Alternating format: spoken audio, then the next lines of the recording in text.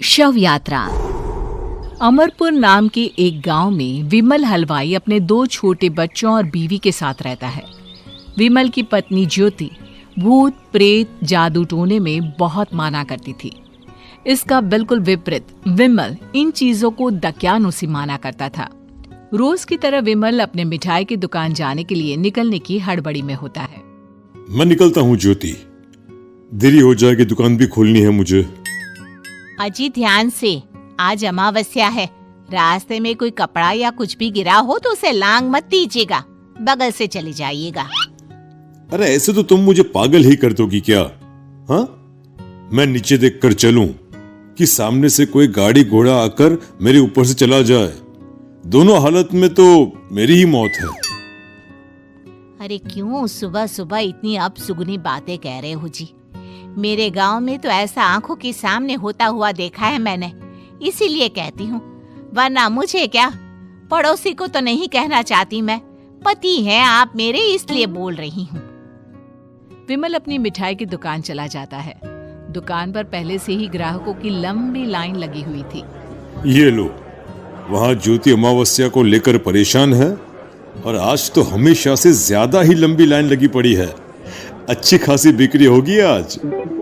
विमल दुकान खोलता है। एक के बाद एक ग्राहक उसकी दुकान पर मिठाई ले रहे होते हैं। तभी गांव की एक बूढ़ी औरत विमल से कहती है, जिस तेजी से बिक्री हो रही है, कहीं किसी की नजर ना लग जाए, नींबू मिर्ची टांग ले। अरे क्या चाची तुम भी, ये सब नजर बजर कुछ नहीं होता है। कैसे लोग हैं मेरे आसपास। अपनी दुकान से शाम को विमल हंसते कूदते वापस घर आता है। हाँ, आज तो अच्छी खासी बिक्री हुई है।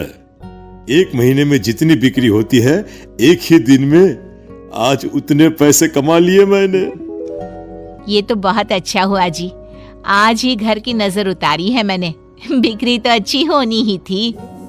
अच्छा, तुम खाना लगा दो, सारा माल बिक चुका है। मुझे शहर जाना होगा, कुछ चीजों की जरूरत पड़ेगी। रात भर मिठाई बनाऊंगा, तब जाकर कल सुबह दुकान खोल पाऊंगा। खाना खाकर विमल शहर जाने के लिए निकल पड़ता है। सुनिए जी, ध्यान से जाइएगा। चौरस्ते पर किसी जादू टोने की चीज पर पैर मत रख दीजिएगा। हे भगवान, हद हो गई ज्योति, ये तो मैं जा रहा हूं। विमल गुस्से से शहर जाने निकल पड़ता है। रात का काला घना अंधेरा, चांद की एक भी किरण ना होने के कारण अंधेरे में कुछ भी देख पाना मुश्किल था। जंगल के बीच के एक अधकच्चे रास्ते से विमल जा रहा होता है। चारों तरफ गुफ अंधेरा और सन्नाटा सुनाई दे रहा था, और सुनाई दे रही थी विमल के पैर के नीचे आ रहे सूखे पत्तों की आवाजें। तभी अचानक दूर से उसे कुछ आवाजें सुनाई देती है।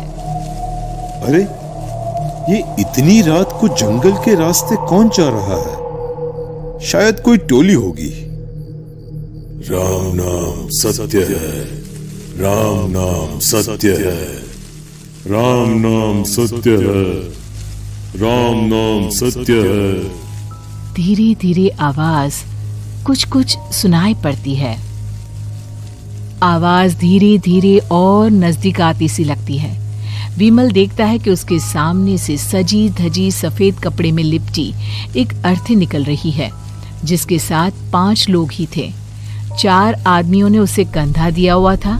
एक मटका लिए आगे आगे बढ़ रहा था। विमल के बिल्कुल सामने आकर अर्थी रुक जाती है। उसमें से एक आदमी विमल से कहता है, अरे भाई, जरा अर्थी को कंधा लगाना, मैं बहुत थक गया हूँ, बड़ी मेहरबानी होगी। हाँ भाई, कंधा तो मैं लगा दूं, पर रात को 12 बजे ये शव यात्रा, इस समय कौन अर्थी ले जाता है?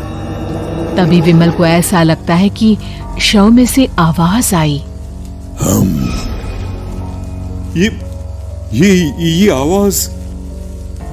मजबूरी है भाई, आप कंधा दीजिए, मैं रास्ते में सब बताता हूँ आपको। विमल अर्थी को कंधा दिए चल रहा होता है कि उसे ऐसा लगता है कि हाथ में मटका लिए जो आदमी शव के आगे चल रहा है उसके पैर उल्टे हैं। क्या हुआ भाई, हकला क्यों रहे हो? वो आपके साथी के पैर उल्टे। विमल अपनी बात पूरी भी नहीं कर पाता कि वो देखता है कि उस आदमी के पैर तो सीधे ही हैं। अरे नहीं, कुछ नहीं, मुझे शायद वहम हुआ होगा। धीरे धीरे सब आगे बढ़ रहे होते हैं। तब विमल को अचानक लगता है मटके में से एक हाथ बाहर आ रहा है। विमल घबरा जाता है। इसके पहले वो कुछ बोल पाता, कल्लू कहता है, मेरा नाम कल्लू है। हम 6 दोस्त थे, जिसमें से एक को तो तुम सोया हुआ देख रहे हो। इतनी पक्की दोस्ती थी कि जैसे हम सब सगे भाई हैं। पर किस्मत का कोई क्या कर सकता है। आज से 4 साल पहले एक नदी में हम सब नहाने गए थे, जिसमें डूबकर राजेश की मौत हो गई। किसी मजबूरी के कारण हमें उसकी अर्थी को रात को ही शमशान घाट ले जाना पड़ा। हम 5 उसे ले जा रहे थे। 4 साल पहले आप 5 में मैं कुछ समझा नहीं। मंकू अपनी गर्दन पीछे घुमाकर अपनी आंखें बड़ी बड़ी कर विमल से कहता है, अरे भाई, पूरी कहानी खत्म होने दो, फिर बीच में बोल लेना, ठीक है?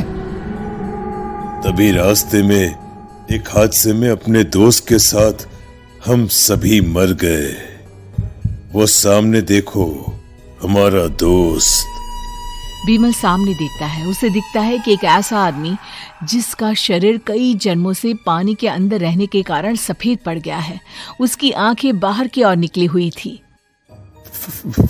फिर ये अर्थी किसकी है? अर्थी के साथ के लोग अर्थी को नीचे रखते हुए एक साथ विमल की ओर देखते हुए कहते हैं, तुम खुद ही देख लो। विमल शव पर से सफेद कपड़ा हटाता है। शव की जगह खुद को ही देखकर विमल के होश उड़ जाते हैं। वो शव विमल की ही थी। पलक झपकते ही विमल उस अर्थी की जगह पर होता है। 6 के 6 दोस्त उसी तरह अर्थी को उठाकर चलने लग जाते हैं। राम नाम सत्य है। राम नाम सत्य है। राम नाम सत्य है।